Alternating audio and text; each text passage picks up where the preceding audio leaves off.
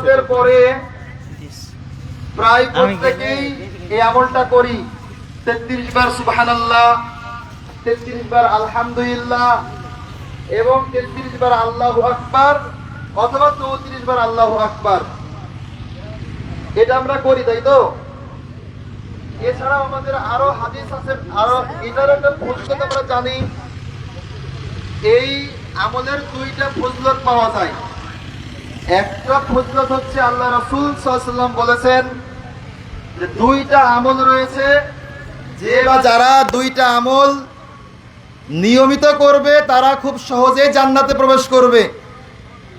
তার একটা আমল হচ্ছে ফরজ সালাতের পরে 33 বার সুবহানাল্লাহ, 33 বার আলহামদুলিল্লাহ এবং 34 বার আল্লাহু আকবার। এটা একটা আমল। এবং ঘুমানোর আগ দিয়ে আবার 33 বার সুবহানাল্লাহ, 33 বার আলহামদুলিল্লাহ এবং 34 বার আল্লাহু আকবার। আমরা আরো হাদিস জানি বা আমরা আমল করি। যদি কোনো ব্যক্তি সুবহানাল্লাহি ওয়া বিহামদিহি দিনে 100 বার পাঠ করে তাহলে আল্লাহ তাআলা তার গুনাহ খাতা মাফ করে দেন, যদিও তার গুনাহের পরিমাণ সমুদ্রের ফেনারসি হয়। সমুদ্রের ফেনারসি পরিমাণ গুনাহ হলেও আল্লাহ তাআলা মাফ করে দেন। এছাড়া আরো হাদিস রয়েছে, আল্লাহ রাসূল সাল্লাল্লাহু আলাইহি ওয়াসাল্লাম বলেছেন যে ব্যক্তি পাঠ করে সুবহানাল্লাহি ওয়া বিহামদিহি, সুবহানাল্লাহিল আযীম ওয়া বিহামদিহি, তার জন্য জান্নাতে একটা গাছ রোপণ করা হয়। আপনারা কি আমার কথা বুঝতেছেন? আওয়াজ হোক, আপনারা একটু যারা আছেন একটু কথাটা শুনেন। আমরা কি কখনো চিন্তা করেছি এই সুবহানাল্লাহ, এই আলহামদুলিল্লাহ এবং এই আল্লাহু আকবার এর ভিতরে কি আছে? কেন এইগুলো পাঠ করলে আল্লাহ তাআলা গুনাহ খাতা মাফ করে দেন? কেন এইগুলো পাঠ করলে সহজে জান্নাতে যাওয়া যায়? আরো একটা হাদিস শুনেন, সহিহ মুসলিমের হাদিস। আল্লাহ রাসূল সাল্লাল্লাহু আলাইহি ওয়াসাল্লাম বলেছেন আল্লাহ তাআলার নির্দিষ্ট কিছু ফেরেশতা রয়েছে যাদের কাজ হচ্ছে চারিদিকে অন্বেষণ করা যে কোথায় মানুষেরা বসে জিকির করতেছে, কোথায় লোকেরা জিকির করতেছে, জিকির করে এমন লোকদেরকে খুঁজে বের করা। তো যেমন ধরেন আজকে আমরা এখানে বসে জিকির করতেছি, আল্লাহর কথা বলতেছি, তো যে সমস্ত ফেরেশতার দায়িত্ব আছে তারা সকল ফেরেশতাকে বলে যে তোমরা এখানে এসো, হিরাতিপাড়ার মাঠে আসো, এইখানে অনেক লোক বসে কোরআনের কথা শুনতেছে। তারা অন্যান্য ফেরেশতাদেরকে ডাকে, সকল ফেরেশতা এখানে আসে, এরপরে ফেরেশতারা এদেরকে ঢেকে নেয় রহমতের চাদরে। এরপরে আল্লাহ তাআলা ফেরেশতাদেরকে জিজ্ঞেস করে যে আমার ফেরেশতারা, আমার বান্দারা তারা কি করে এখানে? তখন ফেরেশতারা বলে যে আল্লাহ তোমার বান্দারা সুবহানাল্লাহ পাঠ করে, আলহামদুলিল্লাহ পাঠ করে, আল্লাহু আকবার পাঠ করে। তো আল্লাহ জিজ্ঞেস করেন যে তারা যে আমার গুণগান গায়, সুবহানাল্লাহ পাঠ করে, আলহামদুলিল্লাহ পাঠ করে, আল্লাহু আকবার পাঠ করে, তারা কি আমাকে দেখেছে? ফেরেশতারা উত্তরে দেয় না আল্লাহ তোমাকে তারা দেখে নাই। আল্লাহ আবার জিজ্ঞেস করেন যদি তারা আমাকে না দেখেই জিকির করে আমার, তাহলে আমাকে দেখলে তারা কি করত? তখন ফেরেশতারা উত্তরে বলে যে আল্লাহ যদি তারা তোমাকে দেখতো তাহলে তোমাকে তোমার আরো বেশি বেশি জিকির করত। এরপরে আল্লাহ ফেরেশতাকে আবার জিজ্ঞেস করে যে আমার বান্দারা কি চায়? আচ্ছা আপনারা বলেন তো, যারা এখানে বসে আছেন আপনারা কি জন্য বসে আছেন এখানে? কি চান আপনারা? বিরিয়ানির প্যাকেট চান? কি চান? জান্নাত। আল্লাহ আবার জিজ্ঞেস করেন যে আমার ফেরেশতারা তারা যে জান্নাত চায় তারা কি জান্নাত দেখেছে? আমরা জান্নাত দেখছি? ফেরেশতারা উত্তর দেয় কি না আল্লাহ তারা জান্নাত দেখে নাই। আল্লাহ আবার প্রশ্ন করেন যদি তারা আমার জান্নাত দেখতো তাহলে অবস্থা কি দাঁড়াইতো? ফেরেশতারা উত্তরে বলে যে আল্লাহ যদি তারা জান্নাত দেখতো তাহলে তোমার আরো বেশি তারা জিকির করত। আল্লাহ আবার জিজ্ঞেস করেন তারা কি থেকে আশ্রয় চায়? বলেন আমরা কি থেকে আশ্রয় চাই? জাহান্নাম থেকে আশ্রয় চাই। ফেরেশতারা যখন উত্তর দেয় যে আল্লাহ তারা জাহান্নাম থেকে আশ্রয় চায়, আল্লাহ আবার জিজ্ঞেস করেন তারা কি জাহান্নাম দেখেছে? আমরা কেউ জাহান্নাম দেখি নাই। তখন আল্লাহরকে ফেরেশতারা বলেন যে আল্লাহ, যদি তারা জাহান্নাম দেখতো তাহলে তারা আরো বেশি তোমার জিকির আজকার করত। এরপরে আল্লাহ তাআলা উত্তরে বলেন, যে আমার ফেরেশতারা তোমরা সাক্ষী থাকো, এই জিকিরের মাজলিসে যারা বসেছে আমি তাদের সকলকেই মাফ করে দিলাম। কথা কি আপনারা বুঝতে পারছেন? আমার প্রশ্ন, আমার এখনো বক্তব্য শুরু হয় নাই, আমার মূল কথা 5 থেকে 10 মিনিট কথা বলবো।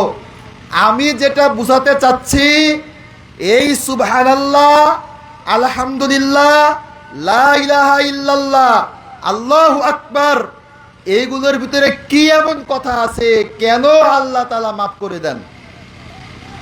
সুবহানাল্লাহ, যারা আমরা এখানে আছি অনেকের দাড়ি সাদা হয়ে গেছে, চুল সাদা হয়ে গেছে, অনেকের দাঁতও পড়ে গেছে, কিন্তু আমরা কি সুবহানাল্লাহ এইটার অর্থ ঠিক মতো জানি? আমরা ফরজ সালাতের পরে সুবহানাল্লাহ সুবহানাল্লাহ সুবহানাল্লাহ সুবহানাল্লাহ সুবহানাল্লাহ সুবহানাল্লাহ, মানে একবারে 4G 5G 6G যত স্পিড আছে, অনেকে দেখবেন খালি হাত এরকম করবে, মানে মুখেও বলা লাগে না, শুধু হাত এরকম অটোমেটিক অটো। এই অটো জিকিরে কি এত ফজলত পাওয়া যাবে? আপনার কি মনে হয়? সুবহানাল্লাহ, ভালো করে কান খুলে শুনেন, সুবহানাল্লাহ এইটার শাব্দিক অর্থ হচ্ছে আমি আল্লাহ তাআলার পবিত্রতা ঘোষণা করছি। বলেন সবাই কি অর্থ? আমি আল্লাহ তাআলার পবিত্রতা ঘোষণা করছি। তার মানে কি আল্লাহ অপবিত্র? আমি আল্লাহ তাআলার পবিত্রতা ঘোষণা করছি, তার অর্থ এই, যারা ইহুদি আছে, যারা খ্রিস্টান আছে, যারা হিন্দু আছে, যারা সাঁতার আছে, যারা বৌদ্ধ আছে, আরো যে সমস্ত নাস্তিক সহ যারা রয়েছে, তারা আল্লাহ তাআলার সাথে শিরক করে। কেউ আল্লাহকে মানে না, কেউ বলে 3 খোদাই বিশ্বাসী, আল্লাহ আছেন, স্বামী, তার স্ত্রী আছে, তার সন্তান আছে। আবার হিন্দুরা কয় 360টা, কেউ বলে 600টা, কেউ বলে 1200টা, এরকম দেবদেবী রয়েছে। এরকম যারা শয়তানি কথাবার্তা বলে, আমি আল্লাহ তাআলার নগণ্য বান্দা হিসাবে আমি এটার প্রতিবাদ করতেছি, যে আমি তোমার বান্দা হিসাবে এই ঘোষণা করতেছি, তুমি আল্লাহ এই সমস্ত নোংরা কথা থেকে পবিত্র। এখন আপনি বলেন, আপনি যদি সুবহানাল্লাহ এই কথা বলেন, এই কথা আপনি বলতেছেন মুখে, কিন্তু আপনার সাথে হিন্দুর খুব সম্পর্ক, আপনি সুবহানাল্লাহ ফরজ সালাতের পরে পড়তেছেন 33 বার, ঘুমানোর সময় 33 বার, দিনে রাত্রে 200 বার 300 বার, কিন্তু আপনার সঙ্গে ইহুদির সম্পর্ক খুব ভালো, আপনার সঙ্গে খ্রিস্টানের সম্পর্ক খুব ভালো, ওদের কৃষ্টি কালচার আপনার কাছে খুব পছন্দ, ওদের সিরিয়াল, ওদের নাটক, ওদের নভেল, ওদের সিনেমা, ওদের পোশাক, ওদের আশাক, ওদের গান বাজনা, ওদের সংস্কৃতি, ওদের পড়াশোনা, এইটা আপনার কাছে খুব প্রিয়।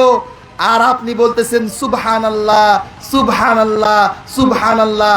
এই সুবহানাল্লাহ আপনার কি কাজে দিবে? কথা কি বুঝছেন? আমার বাংলা কথা বুঝতে পারতেছেন? সুতরাং সুবহানাল্লাহ এইটা তখনই কাজে দিবে যদি আপনি সুবহানাল্লাহর অর্থ বুঝেন। সুবহানাল্লাহর অর্থ বুঝতে হবে। আমি বলতেছি আল্লাহ তাআলা পবিত্র, সুতরাং যারা আল্লাহ তাআলা পবিত্র এই বিষয়টা স্বীকার করে না, তাদের সাথে সম্পর্ক ছেদ করতে হবে, তাদের সংস্কৃতি থেকে দূরে থাকতে হবে, তাদের সিরিয়াল থেকে দূরে থাকতে হবে। যদি আপনি পারেন তাহলে আপনার সুবহানাল্লাহ কাজে দিবে। আর যদি আপনি এইটা না পারেন তাহলে 100 বার না 500 বার, 1000 বার এইরকম দাড়ি সাদা, লাল, হলুদ, নীল সব হয়ে গেলেও আপনার এই সুবহানাল্লাহর কোনো কাজ আসবে না। সম্মানিত উপস্থিতি, আমরা আরেকটা বলি আল্লাহু আকবার, আল্লাহু আকবার। বলেন সবাই আল্লাহু আকবার। আল্লাহু আকবার অর্থ কি? আল্লাহ সবচেয়ে বড়। যখন মুয়াজ্জিন আজান দেয়, মুয়াজ্জিন কি কয়? আল্লাহু আকবার, আল্লাহু আকবার। আল্লাহ সবচেয়ে বড়, আল্লাহ সবচেয়ে বড়। আবার বলতেছে আল্লাহু আকবার, আল্লাহু আকবার। আল্লাহ সবচেয়ে বড়, আল্লাহ সবচেয়ে বড়। তাহলে আপনি মাঠে আছেন, আপনি ভ্যান চালাচ্ছেন, আপনি রড মিস্ত্রি, আপনি রডের কাজ করতেছেন, আপনার কানে গেল আল্লাহু আকবার, আল্লাহু আকবার। এখন আপনার কাছে কি আল্লাহ বড় নাকি আপনার কাজ বড়? না। দৈনিক মুয়াজ্জিন 5 বার আজান দেয়, একবার আজানে 6 বার বলে আল্লাহু আকবার, আল্লাহু আকবার। এই আল্লাহু আকবার, আল্লাহু আকবার ডাকার পরে মুয়াজ্জিন কয় হাইয়া আলাস সালাহ, সালাতে এসো, হাইয়া আলাল ফালাহ, কল্যাণে এসো।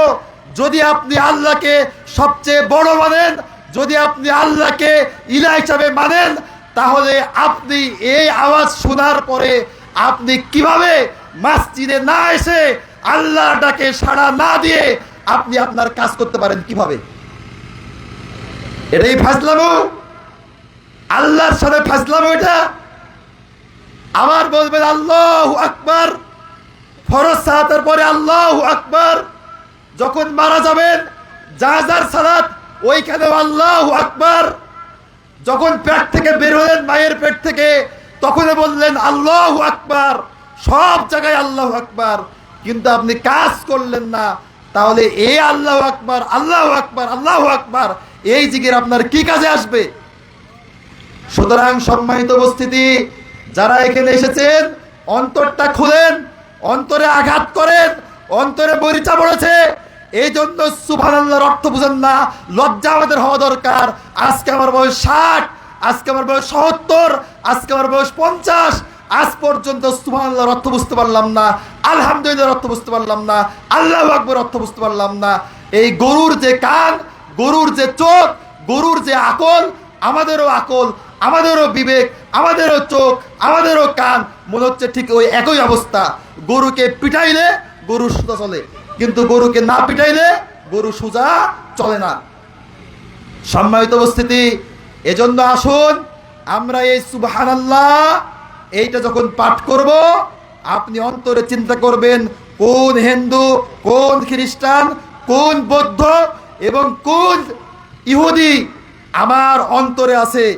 আমি কাকে ভালোবাসি? ও কি মুসলিম? ও কি আল্লাহকে ভালোবাসে? এইটা আপনাকে ঠিক করতে হবে। সম্মানিত উপস্থিতি, এরপরে আরো একটা আছে আলহামদুলিল্লাহ, সুবহানাল্লাহ, আলহামদুলিল্লাহ, লা ইলাহা ইল্লাল্লাহ, আল্লাহু আকবার। আমি অর্থ করছি দুইটা, একটা বলছি সুবহানাল্লাহ, একটা বলেছি আল্লাহু আকবার। এইটা বলেই শেষ করব। আলহামদুলিল্লাহ বলেন তো, আলহামদুলিল্লাহ অর্থ কি? সমস্ত প্রশংসা আল্লাহর, সমস্ত প্রশংসা আল্লাহর। এইটা মনে করি যাকে আল্লাহ তাআলা বিরাট বাড়ি দিয়েছেন, গাড়ি দিয়েছেন, মনে হয় ওরই সমস্ত প্রশংসা আল্লাহর জন্য। আমাদেরকে আল্লাহ কিছু দেয় নাই। আমি কি কখনো চিন্তা করতেছি আমার মাথায় যে ঘেলু আছে, ঘেলু যেটা আছে, যে ব্রেন যেটা আছে, সব ঠিক আছে। আপনার 10 তলা বিল্ডিং আছে, আপনার 10 বিঘা সম্পত্তি আছে, আপনার 100 কোটি টাকা আছে, আপনার সব আছে, কিন্তু আপনার মাথার ব্রেন এইটা এখন যদি ফিউজ হয়ে যায়, আপনার স্থান কি এখানে হবে নাকি পাবনায় হবে? তাহলে আমি যত গরিবই হই, আমার যত সমস্যায় থাকুক, আল্লাহ তাআলা আমার মাথার ব্রেন ঠিক দিয়েছেন, আলহামদুলিল্লাহ। আল্লাহ আমার চোখ ঠিক রেখেছেন, আলহামদুলিল্লাহ। আল্লাহ আমার হাত ঠিক রেখেছেন, আলহামদুলিল্লাহ। এজন্য যদি আমি বিপদেও পড়ি, আমি চিন্তা করব আল্লাহ আমারে পাগল বানাই নাই, আলহামদুলিল্লাহ। যত বিপদেই থাকি, যদি আমরা এই অর্থগুলো বুঝি তাহলে আল্লাহর শুকরিয়া করতে আমাদের সুবিধা হবে।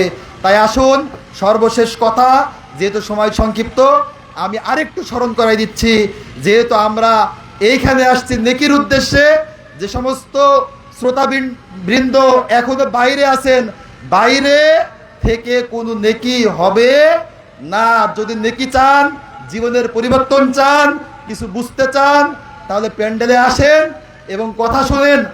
আর যারা আপনারা এখানে বসে আছেন, আপনারা কথা শুনবেন এবং সুবহানাল্লাহ, আলহামদুলিল্লাহ, লা ইলাহা ইল্লাল্লাহ, আল্লাহু আকবার, এই জিকিরগুলো জপার চেষ্টা করবেন। আল্লাহ আমাদের সকলকে তৌফিক দান করুন, বলে আল্লাহুম্মা আমিন। সুবহানাকা আল্লাহুম্মা বিহামদিকা, আশহাদু আল্লা ইলাহা ইল্লা আনতা, আস্তাগফিরুকা ওয়া আতুবু ইলাইক। আসসালামু আলাইকুম ওয়া রাহমাতুল্লাহি ওয়া বারাকাতুহু।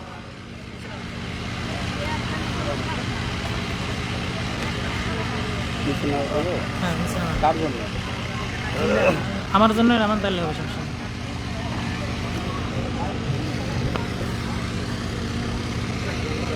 শুকরান জাজিলা। প্রিয় উপস্থিতি, আমরা অত্যন্ত গুরুত্বপূর্ণ আলোচনা শুনছিলাম জিকিরের অন্তর্নিহিত অর্থ সম্পর্কে। এ পর্যায়ে আমাদের সামনে বক্তব্য নিয়ে আসবেন শাইখ ডক্টর আবদুল্লাহ বিন আব্দুর রহিম, সহকারী সম্পাদক মাসিক আল ইখলাস।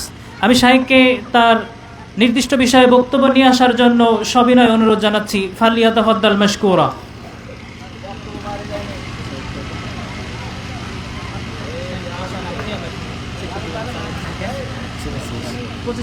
আপাতত উপরেটা ভাল লাইন আছে, হ্যাঁ উপরেটা লাইন আছে, খালি উপরেটা লাইন আছে।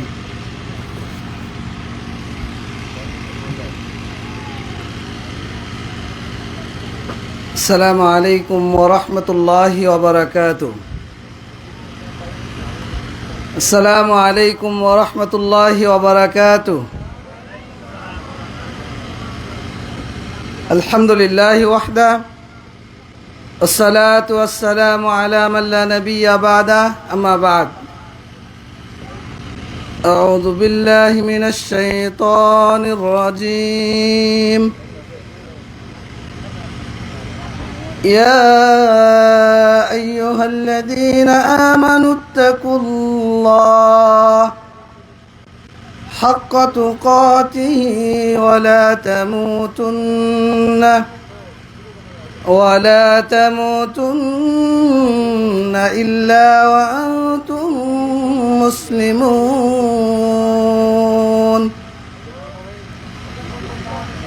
আলহামদুলিল্লাহ, প্রশংসা সেই মহান আল্লাহ রাব্বুল আলামিনের জন্য, যার অশেষ অনুগ্রহে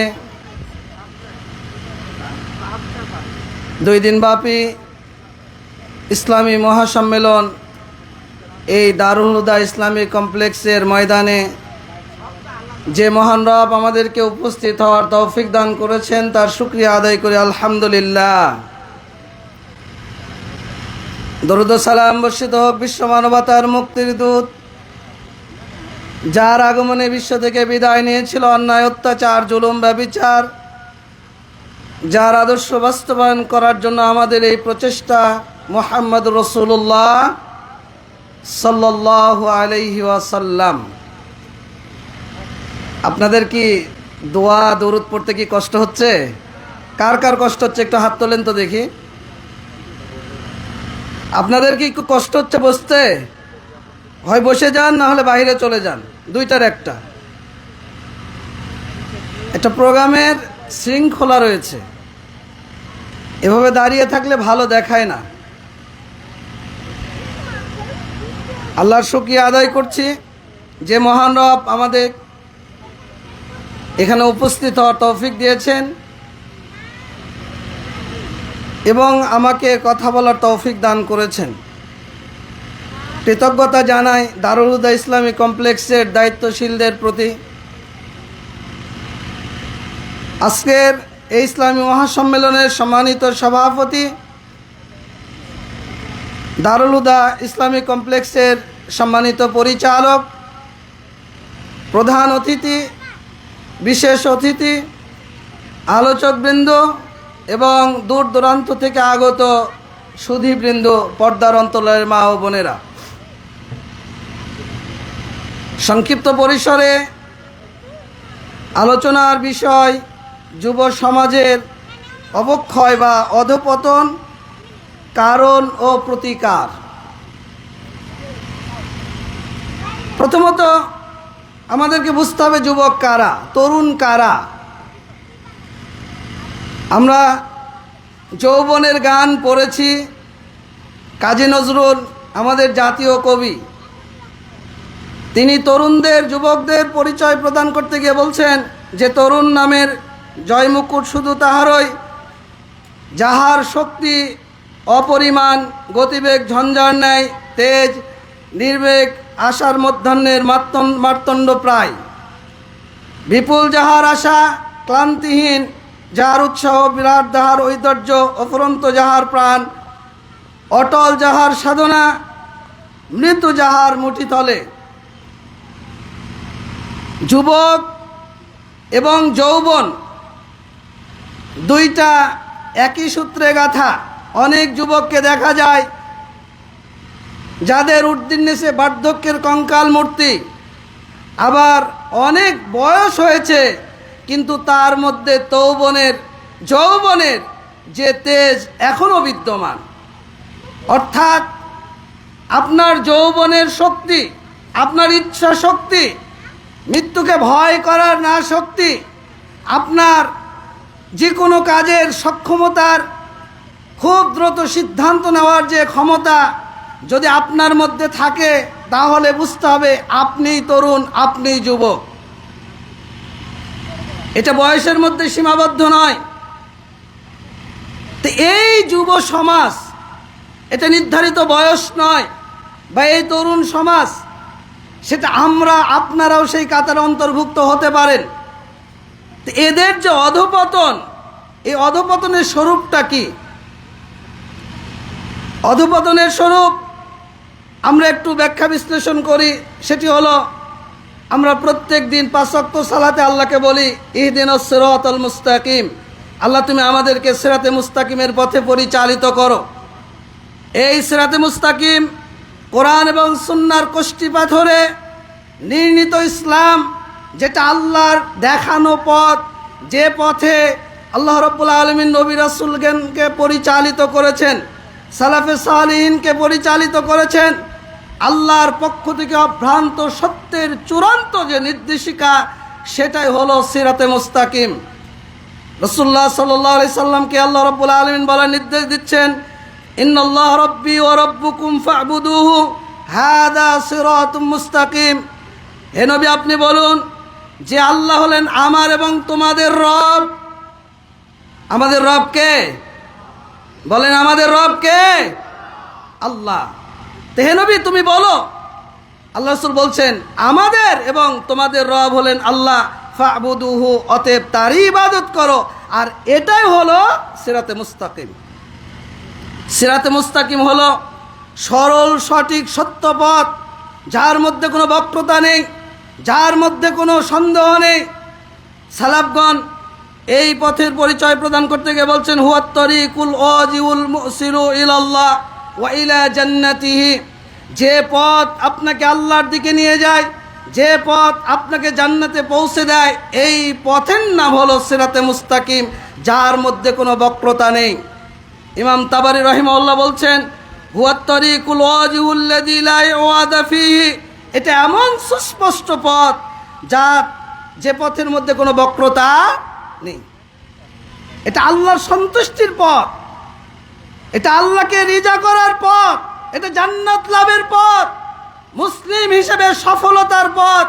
যদি আমি এই পথ গ্রহণ না করি, আমার আপনার সফলতার কোনো রাস্তা নেই, বিকল্প কোনো পথ নেই। সেটার নাম হলো সিরাতে মুস্তাকিম। আর আল্লাহ রাব্বুল আলামিন নবী রাসূলগণকে এ পথেই পথ প্রদর্শন করেছেন।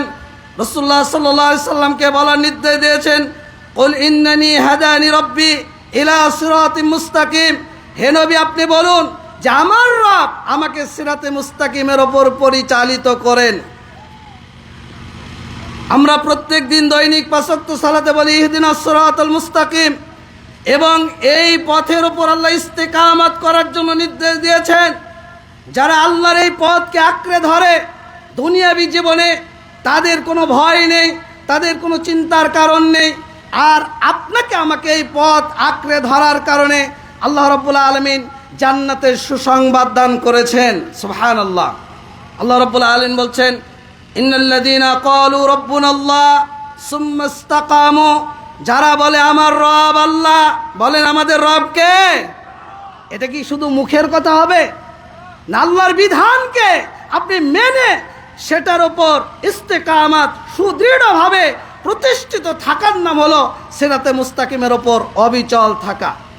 মরণ আসবে, ফিতনা আসবে, সমস্যা আসবে, আপনার সামনে বিভিন্ন ফিতনা তৈরি হবে, বিভিন্ন পথ উন্মুক্ত হবে, কিন্তু কোরআন এবং সুন্নাহর পথকে আমৃত্যু মরা পর্যন্ত আপনি যদি টিকে থাকতে পারেন, তাহলে আল্লাহ রাব্বুল আলামিন আপনার জন্য আমার জন্য সুসংবাদ দিয়ে বলছেন, তাতানাজ্জালু আলাইহিমুল মালাইকা, ফেরেশতা তাদের উপর অবতরণ করে, তাদেরকে বলতে থাকে, আল্লাহ তাখাফু ওয়ালা তাহজানু, তোমরা ভয় করো না, তোমরা চিন্তা করো না, ওয়া আবশিরু বিল জান্নাহ, তোমরা জান্নাতের সুসংবাদ গ্রহণ করো।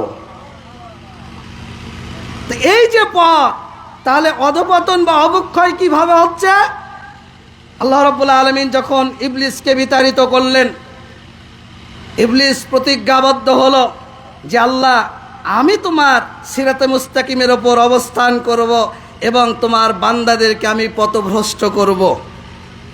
এই যে অধপতনের অবস্থা, অবক্ষয়ের অবস্থা, যখনই আপনি কোরআন সুন্নাহ থেকে বিপদে যাবেন, কোরআন সুন্নাহর বাইরে কোনো কথা, কোনো কর্ম, কোনো আমল, কোনো চিন্তা, কোনো বুদ্ধি, যে কোনো কাজ যখনই আপনি সম্পাদন করবেন শয়তানের অনুসরণ করে, তার মানে আপনার অবক্ষয় শুরু, আপনার অধপতন শুরু, সিরাতে মুস্তাকিম থেকে আপনি ছিটকে চলে যাচ্ছেন। ইবলিস আল্লাহ রাব্বুল আলামিনকে বলছেন যে, ক্বালা ফাবিমা আগওয়াইতানি লাআকুদান্না লাহুম সিরাতাকাল মুস্তাকিম, আল্লাহ আপনি আমাকে যে জন্য পথভ্রষ্ট করেছেন, বিতাড়িত করেছেন, আমি আপনার সিরাতে মুস্তাকিমের ওপর অবস্থান করব এবং অবশ্যই আপনার বান্দাদেরকে আমি বিভ্রান্ত করব। যখনই আপনি শয়তানের এই নির্দেশনায়, শয়তানের অসওয়াসায়, প্রবৃত্তির তাড়নায় কোরআন এবং সুন্নাহর বাহিরে যে কোনো পথ আপনি অবলম্বন করবেন, তার মানে আপনি শয়তানের পথ অনুসরণ করা শুরু করলেন। এটাই হলো আপনার অধপতন, এটাই হলো আপনার অবক্ষয়, এটাই হলো আপনার ধ্বংস হওয়ার, নিকটবর্তী হওয়ার দ্বার প্রান্তে আপনি পৌঁছে যাচ্ছেন। আব্দুল্লাহ ইবনে মাসউদ রাদিয়াল্লাহু আনহু থেকে বর্ণিত মুসনাদ আহমদের 4142 নম্বর হাদিস, একদিন রাসূলুল্লাহ সাল্লাল্লাহু আলাইহি সাল্লাম রেখা টানলেন, লম্বা একটা রেখা, এই রেখার ডানে এবং বামে অনেকগুলো রেখা টানলেন। রাসূল সাল্লাল্লাহু আলাইহি সাল্লাম খত্তালেনা, রাসূলুল্লাহ সাল্লাল্লাহু আলাইহি সাল্লাম খত্তান, আল্লাহ রাসূল রেখা টানলেন, তার ডানে এবং বামে অনেকগুলো রেখা টেনে বলছেন, হাদা সাবিলুল্লাহ, এটা হলো আল্লাহর রাস্তা। এরপরে সুম্মা খাত্তা খুতুতান আন ইয়ামিনিহি ওয়া আন শিমালিহি, ডানে এবং বামে অনেকগুলো রাস্তা তৈরি করলেন এবং বললেন, হাদিহি সুবুলুন, এগুলোও রাস্তা, আলা কুল্লি সাবিলিন মিনাহাশ শাইতান ইয়াদু ইলাইহি, প্রত্যেকটা রাস্তার ওপর শয়তান দাঁড়িয়ে আছে এবং আহ্বান করছে যে তুমি এদিকে আসো। আব্দুল্লাহ তুমি জেনা করো, আব্দুল্লাহ তুমি এটা করো, আব্দুল্লাহ তুমি সালাত পরিত্যাগ করো, আব্দুল্লাহ তুমি মিথ্যা বলো, আব্দুল্লাহ তুমি টাকনুর নিচে কাপড় পরো, আব্দুল্লাহ তুমি জেনা করো, তুমি সুদ খাও, তুমি জেনা ব্যভিচারে লিপ্ত হও, আপনাকে বিভিন্নভাবে ওয়াসওয়াসা দিয়ে আপনাকে ডাকছে। এরপরে রাসূল সাল্লাল্লাহু আলাইহি সাল্লাম বলছেন, ওয়া আন্না হাযা সিরাতি মুস্তাকিমা, এই যে যে সজল রেখাটা, সোজা রেখাটা, এটাই হলো সিরাতে মুস্তাকিম। তার মানে শয়তান আপনাকে যখনই কোরআন সুন্নাহ থেকে আপনি বিভ্রান্ত হবেন, বুঝতে হবে যে আপনার অধপতন চলছে, অধপতন শুরু হয়েছে, অবক্ষয় চলছে। এই বিপদগামী যুবকদের প্রকৃতি, এরা দুই প্রকৃতির। যারা শয়তানের ওয়াসওয়াসায় বিপদগামী হয়, এই যুবকদের প্রকৃতি দুই ধরনের। পৃথিবীতে বহু যুবকের উদাহরণ রয়েছে যারা ইতিহাসে স্মরণীয় হয়ে আছে। তাদের ইবাদত, তাদের আত্মত্যাগ, তাদের কুরবানি, তাদের জীবন বিসর্জন আমাদের জন্য অনুপ্রেরণা। মুসআব ইবনে উমাইর, আসহাবুল উখদুদ, সেই গুহাবাসী, এরকম বহু যুবক রয়েছে। কিন্তু এরপরেও শয়তানের ওয়াসওয়াসায় বহু যুবক তাদের বিভ্রান্তিতে পতিত হচ্ছে বা শয়তান তাদেরকে করার চেষ্টা করছে। এটা হলো দুই প্রকৃতির। এক, যারা পাপ করার পর অনুতপ্ত হয়, ফিরে আসার চেষ্টা করে, তাদের মনে ধাক্কা দেয় যে আমি তো এটা অপরাধ করেছি, আমি তো এটা ভুল করেছি। এই যুবক, এদের ফিরে আসার সুযোগ থাকে এবং দুনিয়াবী জীবনে ইতিহাস সাক্ষ্য দেয় যে আল্লাহ রাব্বুল আলামিন কিছু যুবকের নমুনা আমাদের সামনে পেশ করেছেন। যেমন ওই যে গুহাবাসীর সূরা কাহাফ পড়ুন, 7 জন যুবক তারা শিরকের মধ্যে লিপ্ত ছিল। যখন জানলো যে আমার রব রয়েছেন, এই শিরক থেকে তওবা করে তারা ফিরে আসলো। যখন তাদেরকে হত্যার হুমকি দেওয়া হলো, সেখান থেকে বাঁচার জন্য তারা গুহার মধ্যে আশ্রয় নিল। চলে যান যুবক মাইদ ইবনে মালিক, জেনা করেছিলেন, পৃথিবীর কোনো মানুষ জানে না, পৃথিবীর কোনো মানুষ জানে না। মায়ের জেনা করেছে, মায়ের যখন উপলব্ধি করেছে আমি জেনা করেছি, সে তওবা করার জন্য রাসূলের কাছে এসে রজম করে হত্যা যেন করা হয়। আল্লাহ রাসূলের কাছে এসে বলছে, তো ইয়া রাসূলুল্লাহ, আল্লাহ রাসূল আমাকে পবিত্র করুন। আল্লাহ রাসূল 1 বার নয়, 2 বার নয়, 3 বার নয়, 4 বার ফিরিয়ে দিলেন।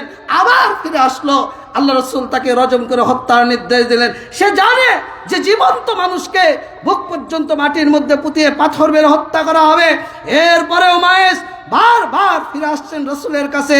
আল্লাহ রাসূল তাকে রজম করার, হত্যা করার নির্দেশ প্রদান করলেন। 3 দিন পর তার দাফন হলো, কাফন হলো, মাটি হলো, কবরে শায়িত করা হলো। আল্লাহ রাসূল 3 দিন পর এসে বলছেন, লাকাদ তাবা তাওবাতান লাউ কুসিমাত বাইনা উম্মাতিন লাওসিয়াতহুম। মায়েজ এমন তওবা করেছে, যদি আমার উম্মতের মধ্যে মায়েদের তওবাকে বন্টন করে দেওয়া হয়, তাহলে আমার উম্মতের জন্য তার তওবা যথেষ্ট হয়ে যাবে। এটা এক প্রকৃতি।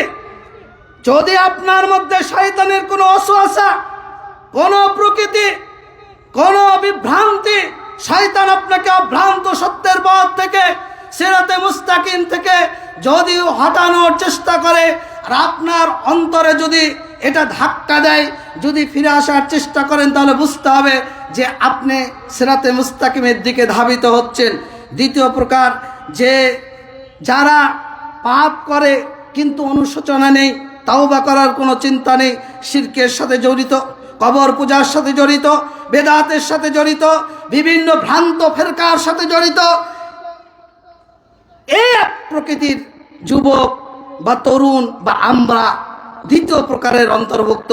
যদি তওবা না করি বা ফিরে আসার নিজের সুযোগটা আমরা তৈরি না করি, এইভাবে আপনার মধ্যে, আমার মধ্যে বা পৃথিবীর আনাচে কানাচে এই যুব সমাজের মধ্যে, এই তরুণদের মধ্যে যে অবক্ষয়গুলো হচ্ছে, এর কারণ এবং প্রতিকারগুলোকে আমাদেরকে ইন্ডিকেট করতে হবে, আমাদেরকে খুঁজে খুঁজে বের করতে হবে। সালাফগণ তার মধ্যে কয়েকটি কারণ উল্লেখ করেছেন, যে কারণগুলোর কারণে আমি আপনি অধপতনের দিকে বা অবক্ষয়ের দিকে ধাবিত হচ্ছি। তার মধ্যে 1 নম্বর কারণ, সেটা হলো কোরআনকে বর্জন করা। যেদিন থেকে নামধারী মুসলিমরা কোরআনকে বর্জন করেছে, শয়তান সেই দিন থেকে আপনার উপর বিজয় হয়েছে। কোরআনকে বর্জন করার অর্থ হলো কোরআন পড়ে না, কোরআন বোঝে না, কোরআন নিয়ে চিন্তা করে না, কোরআনের উপর আমল করারও চিন্তা চেতনা তার মধ্যে জাগ্রত হয় না। আল্লাহ রাব্বুল আলামিন বলছেন যে অকাল রসুল ইয়া রব্বি ইন্না কওমি ইত্তাখাযু হাযাল কুরআন মাহজুরা। রাসূল সাল্লাল্লাহু আলাইহি সাল্লাম বলছেন যে ইন্না কওমি, আমার কওম, তারা কোরআনকে পরিত্যাজ্য গণ্য করেছিল। যখন আপনার মধ্যে থেকে কোরআনকে পরিত্যাগ করা হবে, আপনি পরিত্যাজ্য করবেন, বুঝতে হবে যে আপনার অধপতন শুরু হয়েছে। এরপরে 2 নম্বর যে বিষয়, সেটি হলো রাসূল সাল্লাল্লাহু আলাইহি সাল্লামের সুন্নাহ থেকে সরে যাওয়া, সুন্নাহর বিরোধিতা করা, সুন্নাহর অবমূল্যায়ন করা, সুন্নাহকে মর্যাদা না দেওয়া। আল্লাহ রাসূল যা করেছেন, যা করতে বলেছেন, যা মৌন সম্মতি দিয়েছেন, আপনি অগ্রাধিকার দেন না। আল্লাহ রাসূলের পর সাহাবীদেরকে আপনি অগ্রাধিকার দেন না। আল্লাহ রাব্বুল আলামিন বলছেন ওয়া ইশাকিকুর রাসূল মিন বাদি মা তাবায়্যানা লাহুল হুদা ওয়া ইয়াত্তাবি গায়রা সাবিলিল মুমিনিন নুআল্লিহি মা তাওয়াল্লা ওয়া নুসলিহি জাহান্নাম ওয়া সাআত মাসীরা।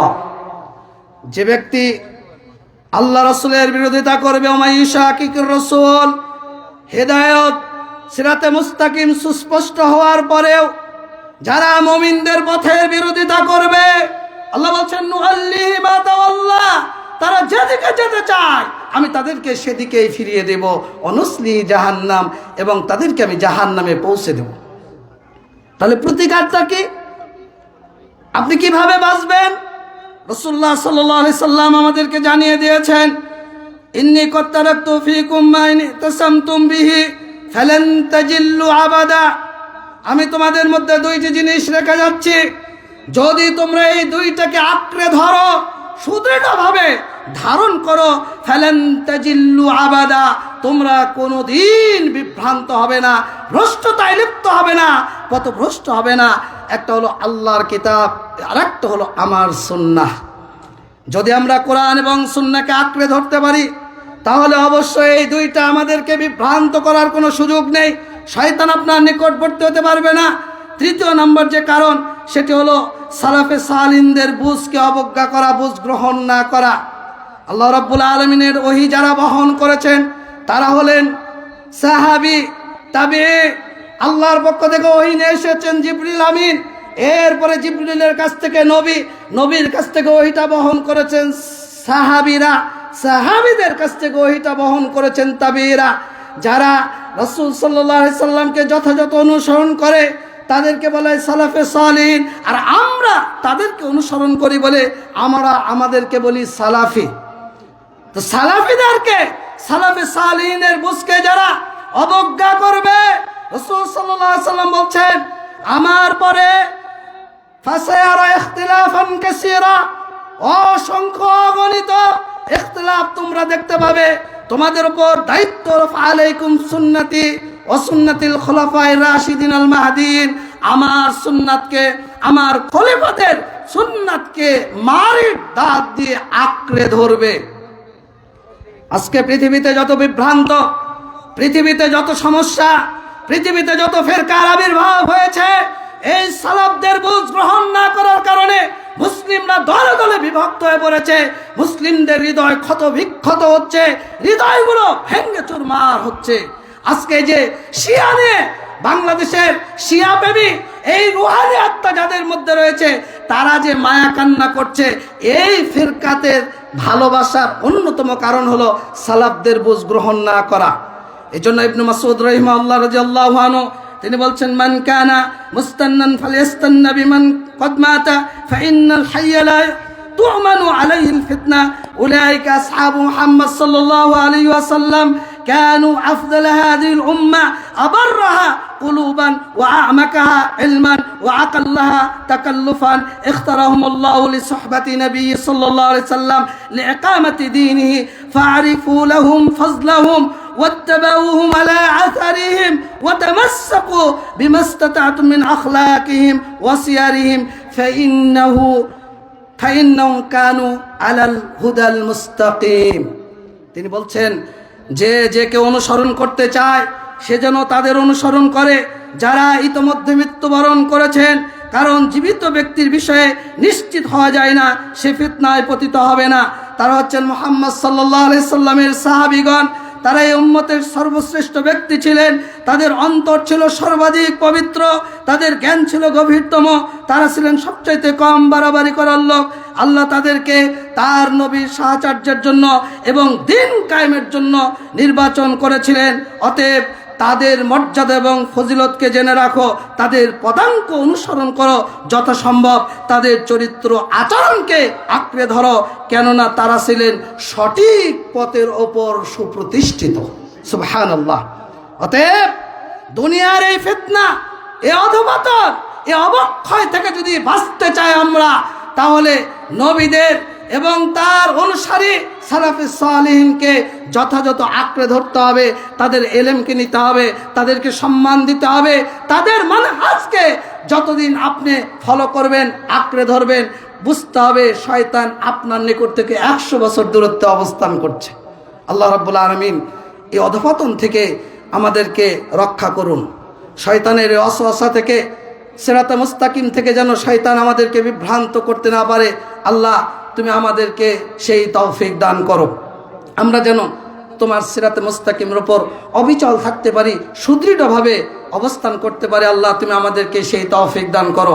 আল্লাহ সর্বোপরি দারুল হুদা ইসলামী কমপ্লেক্সের এই 50তম ইসলামী মহাসম্মেলনকে আল্লাহ তুমি কবুল করো। যারা অর্থ, শ্রম, মেধা, বুদ্ধি, শক্তি ব্যয় করেছে এবং করছে, মাদ্রাসা শিক্ষক মণ্ডলী সহ ছাত্ররা, আল্লাহ তুমি তাদের সকলকে কবুল করো। সর্বোপরি আল্লাহ তুমি আমাদের সকলকে কবুল করো। আকুলু কাউলি হাযা আস্তাগফিরুল্লাহ লি ওয়া লাকুম ওয়া লিসাইল মুসলিমিন সুবহানাকাল্লাহুম্মা